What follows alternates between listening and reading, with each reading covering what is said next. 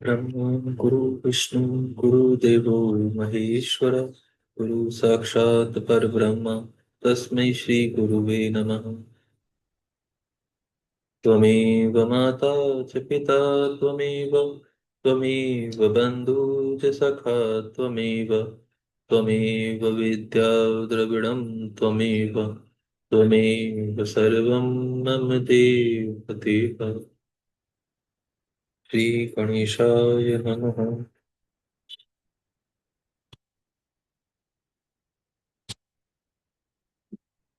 यहाँ से 25वां अध्याय प्रारंभ होता है। इस अध्याय में राजा अनरण्य की पुत्री पद्मा के साथ पीपलाद के विवाह एवं उनके वैवाहिक जीवन का वर्णन किया गया है। नंदीश्वर जी बोले, इसके बाद धर्म की स्थापना की इच्छा से लोक में रहकर उन महेश्वर ने महान लीला की। हे सन्मुने, उसे आप सुने। एक बार पुष्पभद्रा नदी में स्नान करने के लिए जाते हुए उन मुनीश्वर पीपलाद ने शिवा के अंश से उत्पन्न हुई पद्मा नामक अति सुंदर मनोहर युवती को देखा। लोक तत्व में प्रवीण एवं समस्त भुवनों में संचरण करने वाले वे उसे प्राप्त करने की इच्छा से उसके पिता राजा अनरण्य के पास गए। उन्हें देखकर भयभीत हुए राजा ने प्रणाम करके मधुपर्क आदि प्रदान कर भक्ति पूर्वक उनकी पूजा की। उन मुनि ने स्नेह पूर्वक मधुपर्क आदि सब कुछ ग्रहण करके उस कन्या की याचना की। यह सुनकर राजा मौन हो गए और कुछ बोल न सके।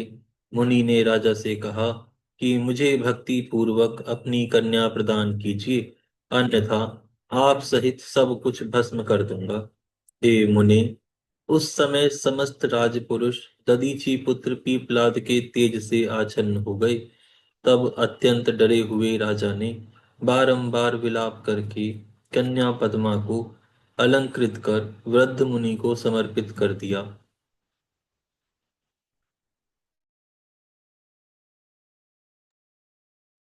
देवी पार्वती के अंश से समुद्भूत उस राजपुत्री पद्मा के साथ विवाह कर वे मुनि पीपलाद उसे लेकर प्रसन्न होकर अपने आश्रम में चले गए। वहां जाकर वृद्धा अवस्था के कारण अत्यधिक जर्जर हुए तथा लंपट स्वभाव न रखने वाले वे तपस्वी मुनिवर उस नारी के साथ निवास करने लगे। जिस प्रकार लक्ष्मी जी नारायण की सेवा करती हैं, उसी प्रकार अनरण्य की वह कन्या मन वचन तथा कर्म से भक्ति पूर्वक मुनि की सेवा करने लगी। तब शिव जी के अंश रूप मुनि श्रेष्ठ पीपलाद अपनी लीला से युवा होकर उस युवती के साथ रमण करने लगे। उन मुनि के परम तपस्वी 10 महात्मा पुत्र उत्पन्न हुए। वे सब अपने पिता के समान महातेजस्वी तथा पद्मा के सुख को बढ़ाने वाले थे। इस प्रकार महाप्रभु शंकर के लीला अवतार मुनिवर पीपलाद ने अनेक प्रकार की लीलाएं की। लोक में सभी के द्वारा अनिवारणीय शनि पीड़ा को देखकर उन दयालु पीपलाद ने प्राणियों को प्रीतिपूर्वक वर प्रदान किया था कि जन्म से लेकर 16 वर्ष तक की आयु वाले मनुष्यों तथा शिव भक्तों को शनि देव की पीड़ा नहीं होगी।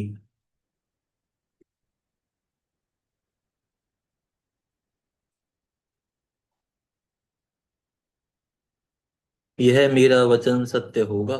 मेरा यह वचन का निरादर कर यदि शनि ने उन मनुष्यों को पीड़ा पहुंचाई तो वह उसी समय भस्म हो जाएंगे, इसमें संदेह नहीं।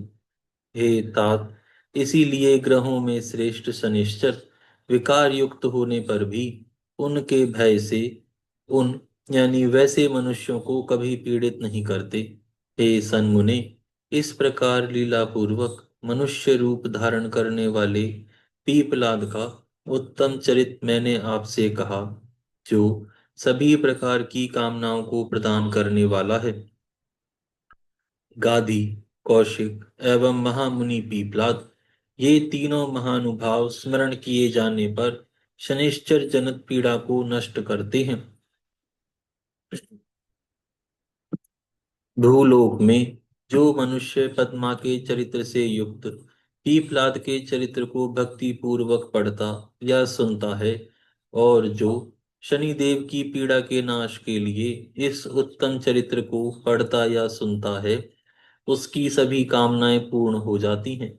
महाज्ञानी, महाशिव भक्त एवं सज्जनों के लिए प्रिय वे मुनिवर ददीची धन्य हैं, जिनके पुत्र आत्मवेता पीपलाद के रूप में साक्षात शिवजी अवतरित हुए।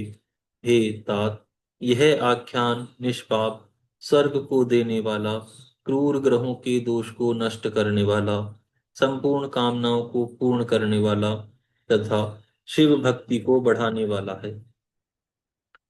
यहाँ पर यह अध्याय पूर्ण होता है। यहाँ से 26वां अध्याय प्रारंभ होता है। इस अध्याय में भगवान शिव के वैश्यनाथ नामक अवतार का वर्णन किया गया है। नंदीश्वर बोले, हे तात, हे मुने, अब मैं परमात्मा शिव जी के परम आनंददायक वैश्यनाथ नामक अवतार का वर्णन कर रहा हूँ। आप सुनिए।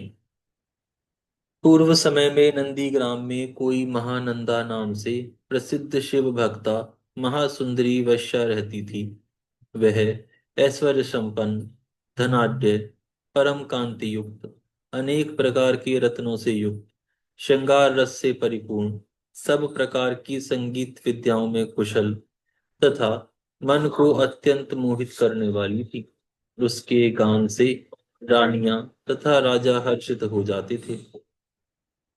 वह वैश्या प्रसन्नता पूर्वक देवी पार्वती सहित भगवान शंकर की सदा पूजा करती थी और शिव नाम का जप करती थी तथा भस्म एवं रुद्राक्ष धारण करती थी।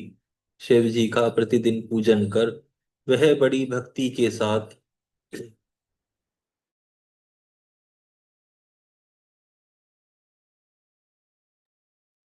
शिव जी का प्रतिदिन पूजन कर वह बड़ी भक्ति के साथ जगदीश्वर की सेवा करती तथा शिव जी के उत्तम यश का गान करती हुई नृत्य करती थी।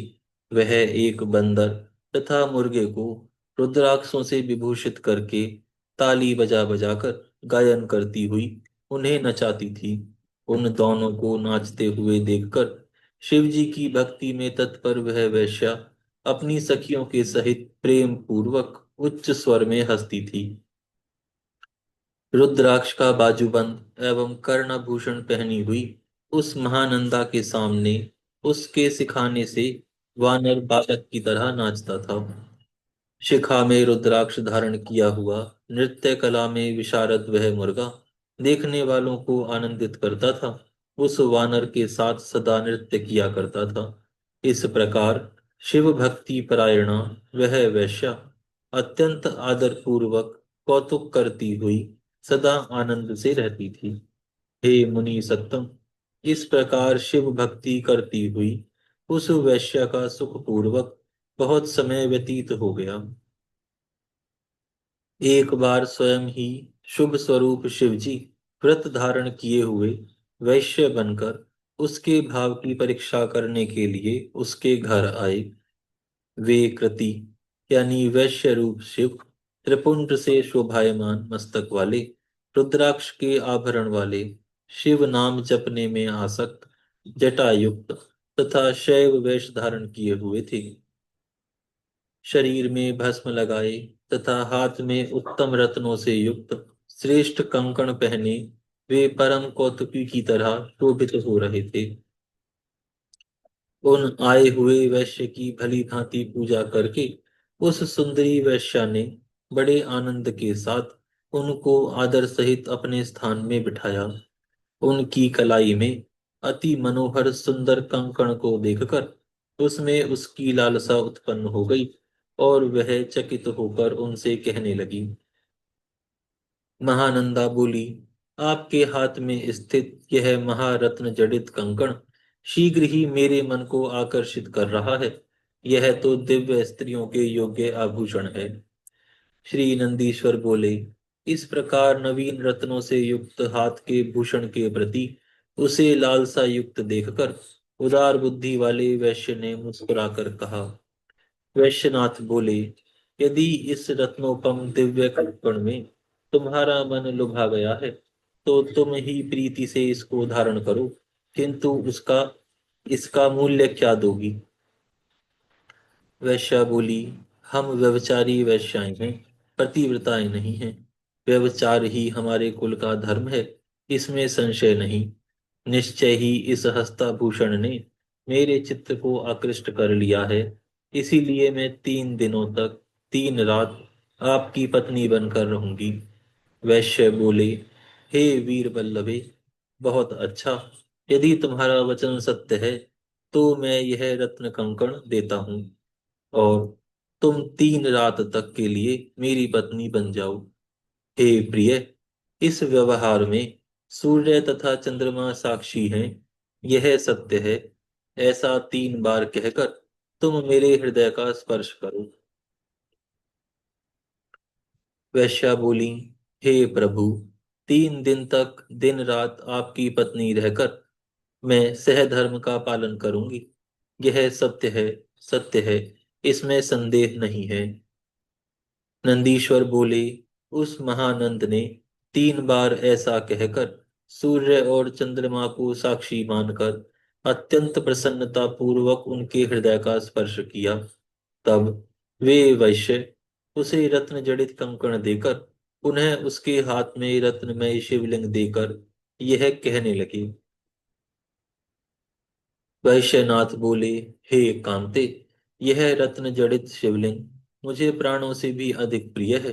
तुम इसकी रक्षा करना और यत्न पूर्वक इसे छिपा कर रखना। श्री नंदीश्वर बोले, उस वैश्या ने ऐसा ही होगा। इस प्रकार कहकर रत्न जड़ित लिंग लेकर और उसे नाट्यशाला के मध्य में रखकर घर में प्रवेश किया। तब वह वैश्या उन विटधर्मी यानी विलासी वैश्य के साथ रात्रि में सुखपूर्वक रही। हे मुने, तब मध्य रात्रि के समय उन वैश्यपति की इच्छा से नृत्य मंडप के मध्य अकस्मात एक ध्वनि होने लगी। हे तात, उसी समय तेज पवन की सहायता से अग्नि ने अत्यंत प्रज्वलित होकर उस नाट्यशाला को चारों ओर से आवृत कर लिया। मंडप के प्रज्वलित होने पर उस वेश्या ने सहसा व्याकुलता से उठकर बंदर को बंधन मुक्त कर दिया। बंधन से मुक्त हुआ वह बंदर उस मुर्गे के साथ बहुत से अग्नि कणों को हटा करके भय से दूर भाग गया। खंबे के साथ जलकर खंड खंड हो गए उस लिंग को देखकर वह वैश्य तथा वैश्या दोनों महादुखी हो गए। उस समय वैश्यपति ने प्राणों के समान शिवलिंग को जला हुआ देखकर उस वैश्या के चित्त में स्थित भाव को जानने के लिए मरने का विचार किया। अनेक लीलाएं करने वाले तथा कौतुकवश मनुष्य शरीर धारण किए हुए महेश्वर रूप वैश्यपति ने महादुखी महादुखी होकर उस दुखित वैश्या से कहा कि अब मैं अग्नि में प्रविष्ट हो जाऊंगा। वैश्यपति बोले, मेरे प्राणों से भी प्रिय शिवलिंग के जलकर खंडित हो जाने पर मैं जीने की इच्छा नहीं करता। यह सत्य सत्य कहता हूँ, इसमें संशय नहीं है। हे भद्रे, तुम अपने श्रेष्ठ सेवकों से बहुत शीघ्र चिता बनवाओ। मैं शिव जी में मन लगाकर अग्नि में प्रवेश करूंगा। हे भद्रे, यदि ब्रह्मा, इंद्र, विष्णु आदि भी आकर मुझे रोकेंगे तो भी इस समय मैं अग्नि में प्रवेश करूंगा और प्राणों को त्याग दूंगा। श्री नंदीश्वर बोले, हे मुनि, उनका ऐसा दृढ़ संकल्प जानकर वह अत्यंत दुखित हुई और उसने अपने सेवकों से अपने भवन के बाहर चिता बनवाई। तब सुंदर कौतुक करने वाले तथा वैश्या के संगति भाव की परीक्षा करने वाले वे वैश्य रूपधारी धीर शिव जलती हुई अग्नि की परिक्रमा करके मनुष्यों के देखते देखते अग्नि में प्रवेश कर गए। हे मुनि सत्तम, वह युवती वैश्या महानंदा उस गति को देखकर अत्यंत विस्मित हो उठी और खिन्न हो गई। इसके बाद वह दुखी होकर निर्मल धर्म का स्मरण करके सभी बंधुजनों को देखकर करुणा से युक्त वचन कहने लगी। महानंदा बोली, मैंने इस वैश्य से मैंने इस वैश्य से रत्न कंकण लेकर सत्य वचन कहा था कि मैं 3 दिन तक इस वैश्य की धर्म सम्मत पत्नी रहूंगी। मेरे द्वारा किए गए कर्म से यह शिव व्रतधारी वैश्य मृत्यु को प्राप्त हुआ है। अतः मैं भी इसके साथ अग्नि में प्रवेश करूंगी। सत्य बोलने वाले आचार्यों ने नारी स्वधर्म का आचरण करने वाली हो ऐसा कहा है। अतः प्रसन्न होकर मेरे द्वारा ऐसा किए जाने पर मुझ में स्थित सत्य नष्ट नहीं होगा। सत्य का आश्रय ही परम धर्म है। सत्य से परम गति होती है। सत्य से ही स्वर्ग और मोक्ष मिलते हैं। अतः सत्य में ही सब कुछ प्रतिष्ठित है। नंदीश्वर बोले, इस प्रकार दृढ़ संकल्प वाली उस नारी ने अपने बंधुओं द्वारा रोके जाने पर भी सत्य के लोप के भय से प्राणों को त्याग देने का निश्चय किया और श्रेष्ठ ब्राह्मणों को अपनी संपत्ति देकर सदाशिव का ध्यान कर उस अग्नि की 3 बार परिक्रमा करके वह उसमें प्रवेश करने को उद्यत हुई। अपने चरणों में समर्पित मन वाली उस वैश्या को जलती अग्नि में गिरती देखकर प्रकट हुए उन विश्वात्मा शिव जी ने रोक दिया। तब देवताओं के भी देव 3 नेत्र वाले चंद्रमा की कला से शोभित करोड़ों चंद्रमा सूर्य अग्नि के समान प्रकाश देने वाले उन शिव जी को देखकर वह स्तब्ध तथा डरी हुई के समान उसी प्रकार खड़ी रह गई। तब व्याकुल, संत्रस्त, कांपती हुई, जड़ीभूत तथा आंसू गिराती हुई उस वेश्या को आश्वस्त करके उसके हाथों को पकड़कर शिवजी यह वचन कहने लगे। शिवजी बोले, तुम्हारे सत्य, धर्म, धैर्य तथा मुझ में तुम्हारी निश्चल भक्ति की परीक्षा करने के निमित्त मैं वैश्य बनकर तुम्हारे पास आया था। मैंने अपनी माया से अग्नि को प्रदीप्त कर तुम्हारे नाट्य मंडप को जलाया है और रत्नलिंग को दग्ध करके मैं अग्नि में प्रविष्ट हुआ हूँ। तुम सत्य का अनुस्मरण करके मेरे साथ अग्नि में प्रविष्ट होने लगी। अतः मैं तुम्हें देवताओं के लिए भी दुर्लभ भोगों को प्रदान करूंगा। हे सुश्रोणी, तुम जो जो चाहती हो उसे मैं तुम्हें देता हूँ। मैं तुम्हारी भक्ति से प्रसन्न हूँ। तुम्हारे लिए मुझे कुछ भी अदेय नहीं है। श्री नंदीश्वर बोले, हे मुने, इस प्रकार भक्तवत्सल गौरीपति शिव जी के कहने पर वह महानंदा वैश्या शंकर जी से कहने लगी। वैश्या बोली, भूमि, स्वर्ग तथा पाताल के भोगों में मेरी इच्छा नहीं है। मैं आपके चरण कमलों के स्पर्श के अतिरिक्त अन्य कुछ नहीं चाहती हूँ। जो मेरे भृत्य तथा दासियां हैं और जो अन्य बांधव हैं वे सब आपके दर्शन के लिए लालायित हैं और आप में ही चित्त की वृत्तियां लगाए हुए हैं। मेरे सहित इन सभी को अपने परम पद की प्राप्ति करा के पुनर्जन्म के घोर भय से छुड़ाइए। आपको नमस्कार है। श्री नंदीश्वर बोले, हे मुने, इसके उपरांत शिव जी ने उसके वचन का आदर कर उसके सहित उन सबको अपने परम पद की प्राप्ति कराई। मैंने वैश्यनाथ के परम अवतार का वर्णन आपसे कर दिया, जो महानंदा को सुख देने वाला तथा भक्तों को सदा आनंद देने वाला है। शिव जी के अवतार रूप वैश्यनाथ का यह दिव्य चरित्र परम पवित्र, सत्पुरुषों को शीघ्र सब कुछ देने वाला, महानंदा को परम सुख देने वाला तथा अद्भुत है। जो भक्ति सहित सावधान होकर इसे सुनता है अथवा सुनाता है वह अपने धर्म से पतित नहीं होता और परलोक में उत्तम गति प्राप्त करता है। यहाँ पर यह अध्याय पूर्ण होता है। आज हम यहाँ विराम करते हैं, फिर कल से प्रारंभ करेंगे। हे गौ माता, आपकी सदा ही जय हो। आप सभी देवताओं की माता, तीर्थों का तीर्थ, पुण्यों का पुण्य है। हम सभी आपको दंडवत प्रणाम करते हैं। सभी पर आपकी कृपा सदैव बनी रहे।